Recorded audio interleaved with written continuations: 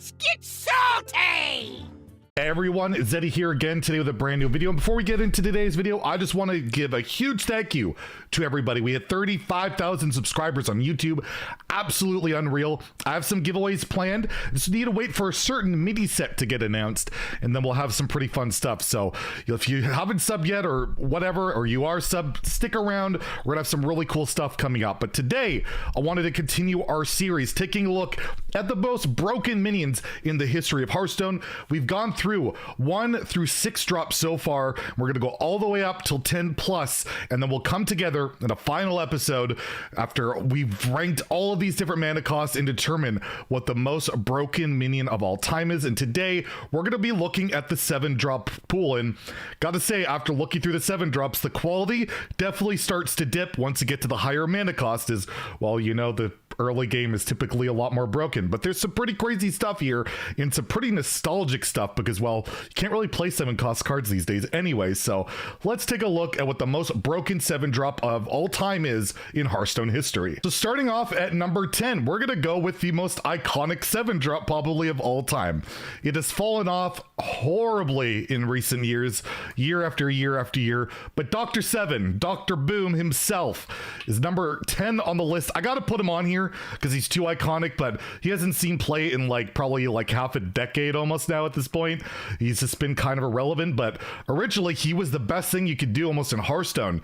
You play Dr. Boom, you got 2 boom bots, and each boom bot would deal 1 to 4 damage to a random enemy. It could kill an opponent, it could clear a minion, it could be really good. It was just hard to get a minion that would fill the board for 7 mana like that. Now you have cards like Jandis that do that and better for back for a while for 5 and now 6. It's just a ridiculous card back in the day, not so much anymore. It hasn't really seen meta play in a very long time, but man, how could I have a top 10 7-drop list without Dr. Boom on it, and well, probably on the thumbnail because he looks pretty damn sweet. At number 9, I'm going to go with the power crept version of Dr. Boom, Blastmaster Boom, the warrior legendary, 7 mana 7/7 that would summon a boom bot for every bomb in your deck. So if you have 3 bombs in your deck, you got 6 boom bots, and this was a really, really strong card in Bomb Warrior, saw play in Standard and Wild, and probably would still to this day if it wasn't, the meta wasn't so much what it is these days. But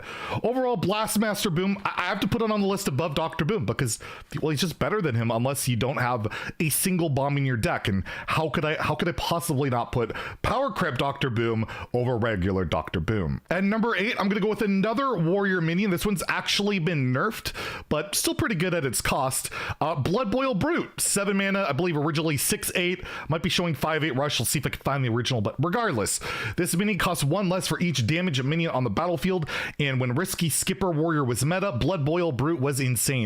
Often 0 mana, and just an incredible board control minion. Saw play in Wild as well, and Dead Man's Hand, Rush Warrior, stuff like that. Just a really solid, flexible card, and just really powerful. And I just imagine playing a 0 mana 6/8 Rush minion.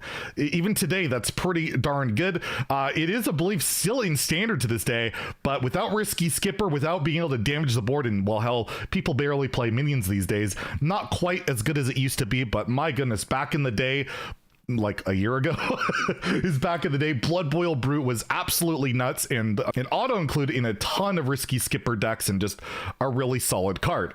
At number 7, we're gonna go with a Demon Hunter card that sees quite a bit of play in both Standard and Wild, and that's Death Speaker Blackthorne, 7 mana Demon Hunter minion that basically cheats out 3 death rattles from your deck that cost 5 or less, and that's just a ridiculous effect. You could get 3 5-drops, 3 4-drops, a combination of stuff. They have Rush, they have Death Rattles himself, which makes it very sticky. Can automatically win the game on a lot of occasions. You can go all Saladin and Fugin in Wild. You have Bad Luck Albatross. You have so many insane Death Rattles it can pull, where this card can just literally win the game on the spot. Just incredible. Compare this to old Dr. Boom. It's just not even comparable how ridiculous the power level of the 7-drops have moved up. And Death Speaker Blackthorne, really, really solid card in Death Rattle Demon Hunter, but only in that archetype. And it's, not been the best top tier thing ever, but it's just such a powerful, insane card. At number 6, we have a pretty recent addition to the list is Mutants.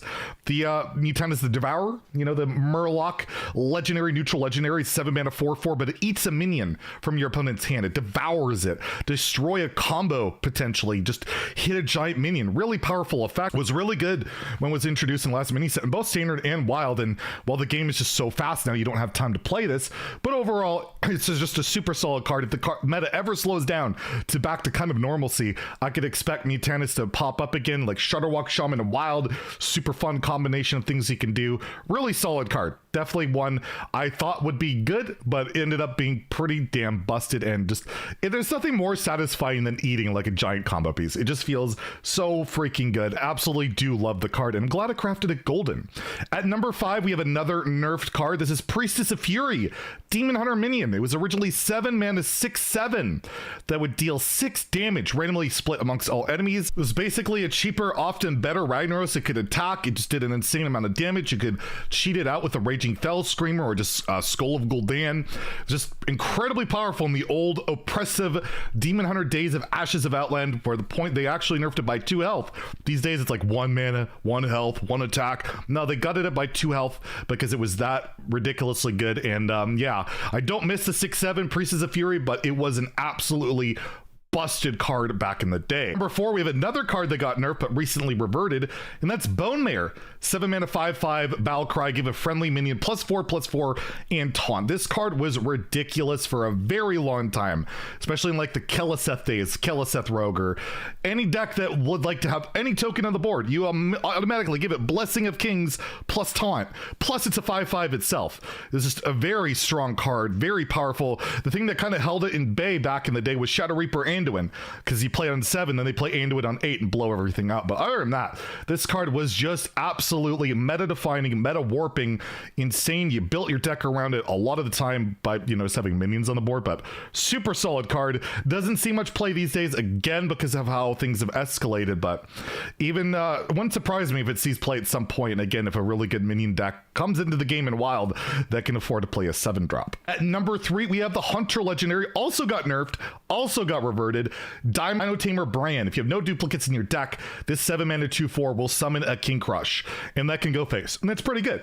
In Wild, you could Bran your Bran, which was freaking awesome, and this card was basically tier 1 in standard its entire run until it went to 8, where it was still almost tier 1. It's ridiculous, especially like Polkelt, because it would guarantee you get your Bran, and even at 8 it was still a meta player, but even in Wild, still a decent card. Again, Hunter wasn't in a great spot with Bran being around, but overall it wasn't because of Bran that was the issue. It was just an insane card.